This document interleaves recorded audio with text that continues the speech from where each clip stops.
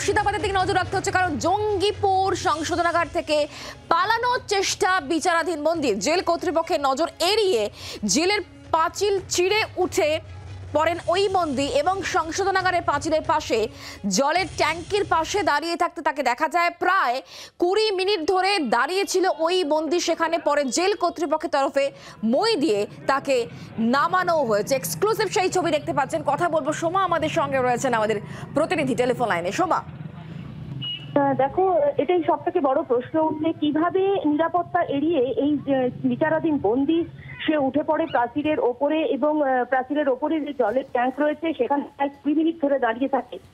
আশেপাশের মানুষজন দেখতে পান এবং রাস্তায়ও প্রচুর মানুষ দাঁড়িয়ে পড়েন, এবং জেলবন্দি সেখান থেকে লাফানোরও চেষ্টা করে এবং তাকে কোনোভাবে সেখান থেকে বিরত করা হয়, এবং কিছুক্ষণের মধ্যেই তাকে মই দিয়ে সেখান থেকে নামাতে হয় জেল কর্তৃপক্ষের। এবং জেল কর্তৃপক্ষের যে নিরাপত্তা রক্ষীরা ছিলেন, খুব স্বাভাবিকভাবে তাদেরও জিজ্ঞাসাবাদ করা হচ্ছে যে কিভাবে এই বিচারাধীন বন্দী প্রাচীরের ওপরে সোজা উঠে পড়ে সেখান থেকে পালানোর চেষ্টা করলেন।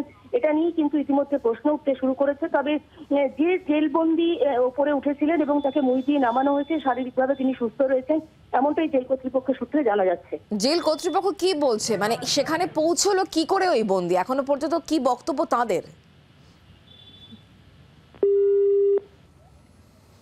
যে ছবি এই মুহূর্তে দেখতে পাচ্ছেন আপনারা, সংশোধনাগার থেকে পালানোর চেষ্টা এক বন্দির, এবং কিভাবে এই ব্যক্তি এখানে পৌঁছে গেল তা নিয়ে ইতিমধ্যেই প্রশ্নচিহ্ন উঠছে। কারণ জঙ্গিপুর সংশোধনাগারের থেকে পালানোর চেষ্টা এক বিচারাধীন বন্দির, জেল কর্তৃপক্ষের নজর এড়িয়ে কিভাবে পাঁচিলে উঠে পড়েন ওই বন্দি তা নিয়ে ইতিমধ্যেই উঠছে প্রশ্ন। পাঁচিলের পাশে জলের ট্যাঙ্কের পাশে তাকে দাঁড়িয়ে থাকতে দেখা যায়। জেল কর্তৃপক্ষ তাকে দেখেন এবং তারপর 20 মিনিট ওখানেই ছিলেন। এরপরে তাকে সেখান থেকে নামানো হয়। কথা বলবো সোমা আমাদের সঙ্গে। সোমা, তুমি যে প্রশ্নটা উত্থাপন করছিলে যে কিভাবে সেখানে পৌঁছে গেল এই ব্যক্তি, বিচারাধীন বন্দী কিভাবে সকলের নজর এড়িয়ে ওই জায়গায় চলে গেল, তা নিয়ে তো প্রশ্ন উঠছে। জেল কর্তৃপক্ষ কি বলছে?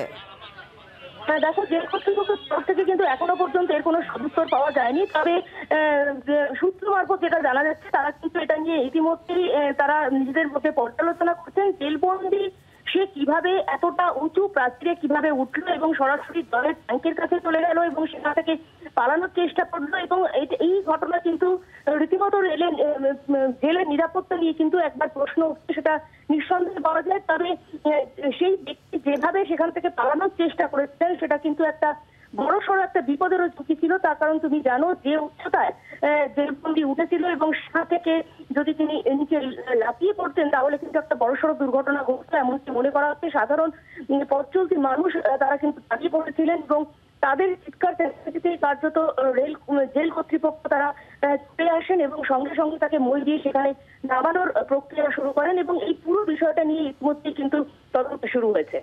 তুমি যেমনটা বলছো সোমা, তার মানে সাধারণ মানুষজন তারা দেখেন, তারা চিৎকার চেঁচামেচি শুরু করে দেন, তারপর বিষয়টি নজরে আসে জেল কর্তৃপক্ষের।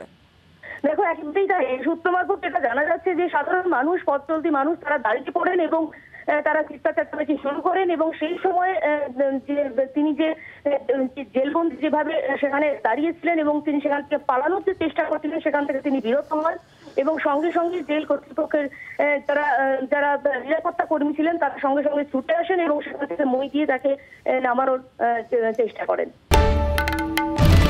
বাংলার আওয়াজ, বাঙালির আবেগ, জি 24 ঘন্টা।